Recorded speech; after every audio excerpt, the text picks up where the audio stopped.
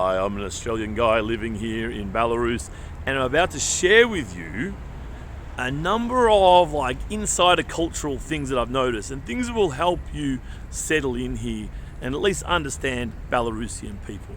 The first one is really random, but I find it really funny. It's to do with the use of emojis in messages. So in most of the world that I've had access to, people use the little yellow little emojis, right? They have whatever, smile face, wink, cry, laugh, all these different variations that have expanded over the last few years. Here in Belarus, they're not so much into that. They actually just use a bracket, as a smile, a bracket. And this does not include the eyes. Sometimes you can have a colon for the eyes and then a bracket for the mouth. They don't do that here. Sometimes you can have the colon for the eyes, maybe some kind of dash thing there for the nose, whatever. They don't do that either. It's just the bracket. But what's interesting about this are the number of brackets that they use, and this tells you their mood and what they're thinking. So if you just have one bracket, just say, good morning, bracket, right? This is just pretty standard. I'm just feeling normal, life's normal. Hi, I'm doing my basic of putting the one bracket there. If someone messages you saying, good morning, two brackets, this would tell you that they're genuinely in a good mood. Yep, so I might go this way instead. It will tell you they're genuinely in a good mood. Yeah. So good morning, two smiles, two brackets. It's like they're happy. Life's good. Yeah. Now this is where it gets a bit tricky, because sometimes Belarusians will use three brackets or even four brackets, right? And what three brackets generally means is that they're either very happy, so it's an honest signal of how they're feeling emotionally or in terms of their mood, or it means they're being a bit rude or sarcastic, and they're trying to just kind of balance up the feeling of the message, right? So if you get three brackets, it means something. They're either super happy or a bit annoyed or angry, yeah? And then there's another level. The other level is four brackets, and this means they're either atomically happy or atomically annoyed and just trying to balance it up by having four smiley faces there. Now, these are not all golden rules, right? But this is a pretty good place to start when you're trying to interpret the use of the emoji smile brackets that Belarusians use. Second thing that you should appreciate about Belarusian culture is that they're really into hygiene. So there are a number of cultures in the world where you enter the house, you take your shoes off, right? Belarus, absolutely. In fact, a lot of environments inside Belarus, you need to either bring special shoes or you have to put a plastic cover over your shoe. So for example, if you go to the gym, you need your gym shoes. If you don't have the gym shoes and you're just wearing the shoes that you're wearing outside on the street, you got to put these blue plastic sleeves over your shoes to cover your dirty sole. Some other examples include how incredibly clean the public toilets are. They're always clean. You can use them all the time. You can just sit down, go ahead, do your business. Don't need to look down. Don't need to put toilet paper around the edges or something. You just sit down, man. These things are cleaned every hour. Magnificent. Third thing is have some change, right? When you buy stuff, there seems to be a change shortage. When I say change, I mean $2 coin, 2 ruble coin, 1 ruble coin, 50, 20, 10, 5, 2, 1 cop coins as well, right? Whenever you give a note, a 10 ruble note, 20 ruble note, and there's any change that needs to be given, the person giving you the change will always ask, do you have 2 rubles? Do you have 20 cop? Do you have this? There seems to be a massive change shortage in this country. And it happens, at the market, when you're dealing directly with the seller, that they don't even worry about the change half the time. Yeah. Today, for example, I bought 2 kilos of blueberries for 12 rubles each. That's 24 rubles. And he just made it 25. And I knew he would do that because this is so normal. Not because he's trying to round it up to get more money out of me, but just because the 1 ruble coin, where is it, right? He doesn't have it. So this is kind of how it works here. And if you get a 10 ruble, 20 cop, 9 ruble, 80 cop, give or take 20 cop, even 50 cop, they'll just charge you 10.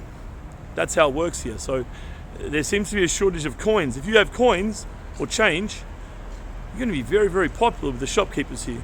Fourth factor I'm going to teach you about today, and that is that Belarusians have some pretty serious social etiquette, and they're very polite in very certain ways, and you really need to adhere to this. For example, getting on and off the train.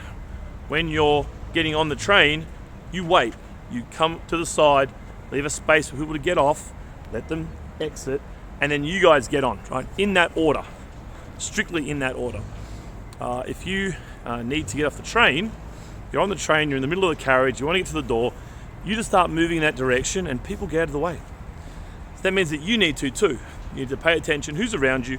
Is someone trying to get off the train? If they are, then you need to move out of the way to allow them through. They don't have to say, excuse me. They're not supposed to say this. There's some weird thing here where people don't really say it. So you need to know what's happening. You need to sense people around you. So do get on top of this social etiquette stuff. I've got heaps of videos on this, so go binge watch.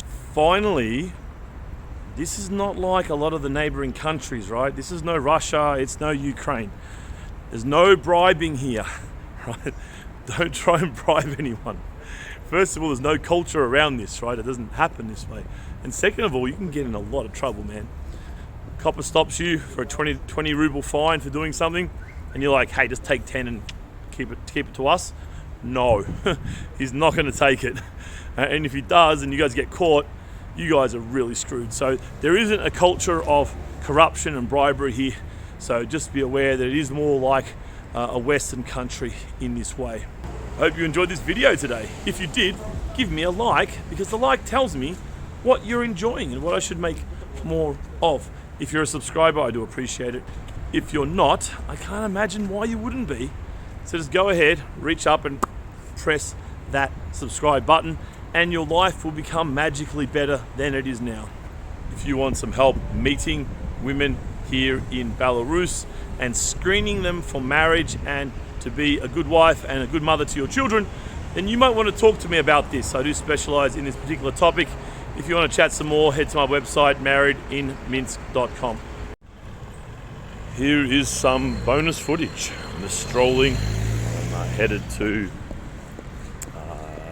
the market, and I'm mainly going to the market just to change money. So I need to go to the dentist. I've got an appointment in 2 days' time.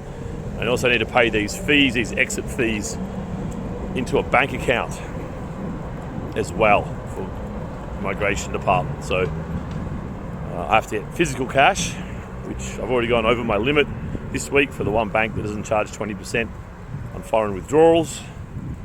I've gone over my limit there, so I'm going to go change some cash. And I figure at the moment the US dollar is at such a high, it's 64 US cents for one Australian dollar.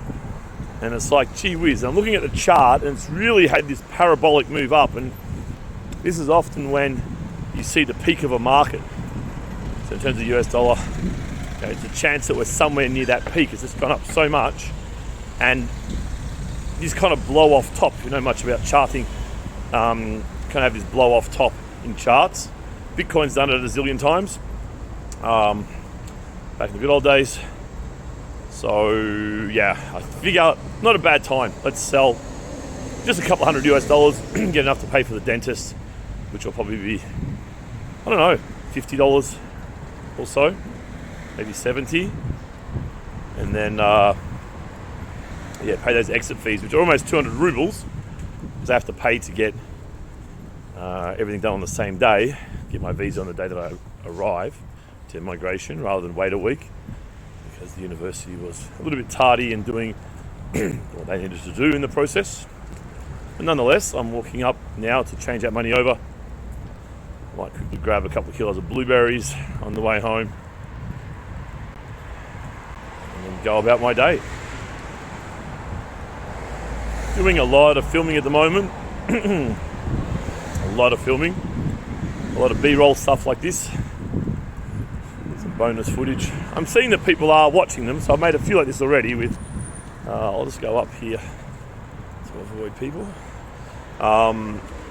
So the format I've been using quite a bit is just to have maybe a 5 or 10 minute video about some topic that I think is maybe interesting. I hope it is for you guys, and then just add in a little bit of a walk and talk, just so I can talk about stuff that's not really that important or that you really would make a video about, but it's still kind of interesting if you're into it. and then also to show a little bit of just day-to-day walking around. At the end of the day, I think that a picture paints 1,000 words. So video maybe even paints even more.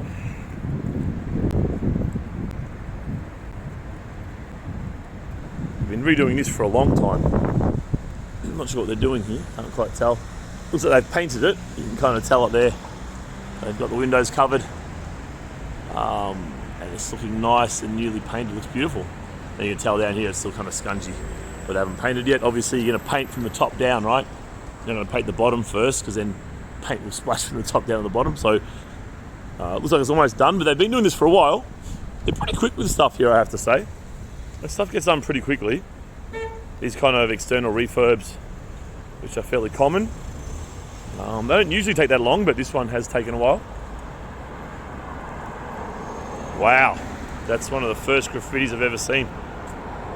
Sign of that American culture slowly creeping in. Very slowly creeping in.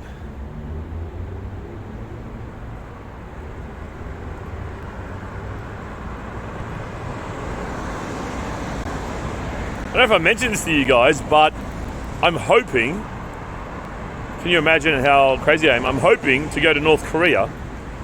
Now, I know a guy who's done this, and I only want to go, I preface this, I only want to go if I can film freely for like a month.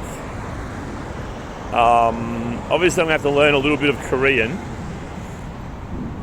My friend who went there said that everything's like the cheapest you'll ever find pretty much in the whole world, other than telecommunications.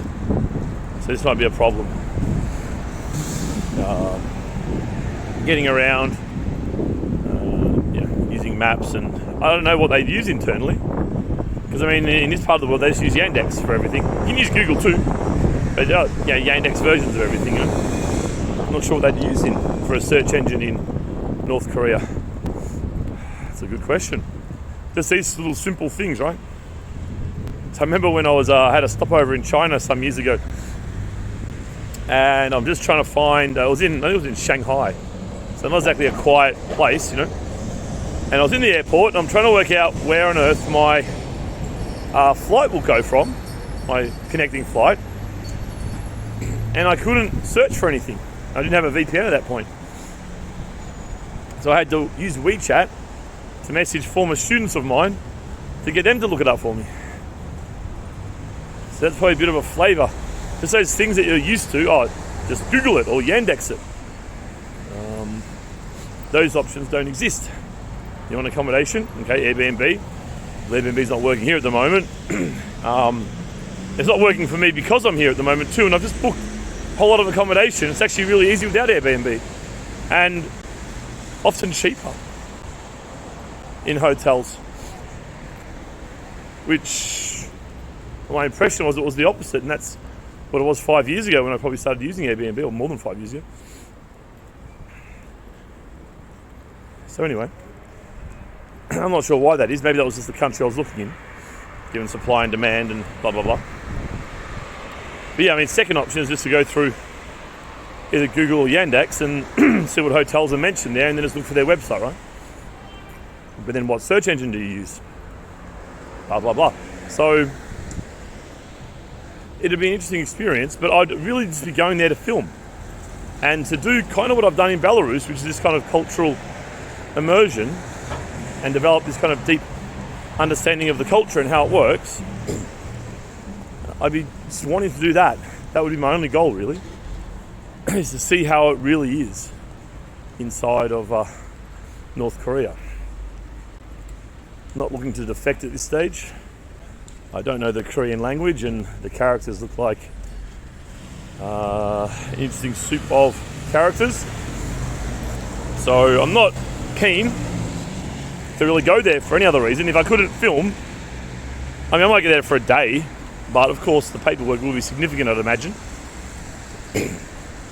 I'd imagine that sometimes here some of the processes are still a bit commie. Not too bad here. It has improved a lot apparently. But there's still a little bit of overhang from that era here in some of the paperwork stuff, but I imagine in North Korea it's full blown, but who knows? I mean, I've mentioned in another video that a friend of mine studied there. Well, when I say a friend, I mean a guy that I met here, who's an incredible adventurer kind of a guy. He went there on a student visa for 1 month and learnt Korean. And then there's quite a few South Koreans here in Belarus, and South Korean guys are like, oh my God, you speak like a North Korean, it's disgusting. Because he's got developed that North Korean accent, that's how he learnt it for just 1 month. This guy was a very high IQ guy, so he can pick up a language very quickly, at least the things you need. And I think if you're targeted in any language, you can pick up the things you need for functional stuff pretty quickly, really, if you're focused in your learning. But nonetheless, he went there for 1 month, and he said, look, it's incredibly cheap. In Pyongyang, it's pretty much like a Western city. It's so cheap because, in US dollar terms, right? Because when you think about what is a US dollar in North Korea, well, of course, it's the exchange rate between the North Korean currency and the American currency, right? Now, of course, no one around the world wants North Korean currency, but they all want US dollars. So you know that the value of their currency on their foreign exchange markets is so low that when you go there, the prices will be absolutely dirt cheap. He was talking like 50 cents a meal, this kind of stuff, right? So they might only earn like, I don't know what they earn there, maybe 1,000, 2,000 a year, this kind of thing, but it might be the equivalent of 15 or 20,000 if you're living in America, because the prices are so different. But he did say there was a bit of poverty outside of Pyongyang. And I think this guy was fairly politically neutral. He wasn't like super pro-American or super pro-Russian, or he was probably a little bit pro-China. So maybe that contributed a little bit to his positive reports. But at the end of the day, if you want to know something about an obscure country and you want to observe the things that you care about or are interested in, then you've got to go there yourself. And Belarus is a really good example of that. I really don't know where I would have got this understanding about the culture anywhere else. I think it's not possible, to be honest. Because you've got to live here for a long time to kind of get what's going on, right? To get the weird mishmash of cultural traits. Western, Eastern and beyond. And other, not geographically beyond, but beyond in terms of other events over the last 100 years that have had everlasting effects on the culture here. To kind of understand how all these fit together is not an easy task. And in that respect, it's very unique. I mean, every country kind of is, and obviously there's a lot of intra-country variation in many countries. Although not so much here in Belarus. There is a little bit, of course, down near Grodno and Brest. It's a bit more European because, of course, they were a part of Lithuania and then a part of the Lithuanian-Polish Empire as well for centuries and centuries. So slightly more European down there. Not that much more, yeah, but slightly more compared to maybe some of the cities on the borders of Russia and Ukraine.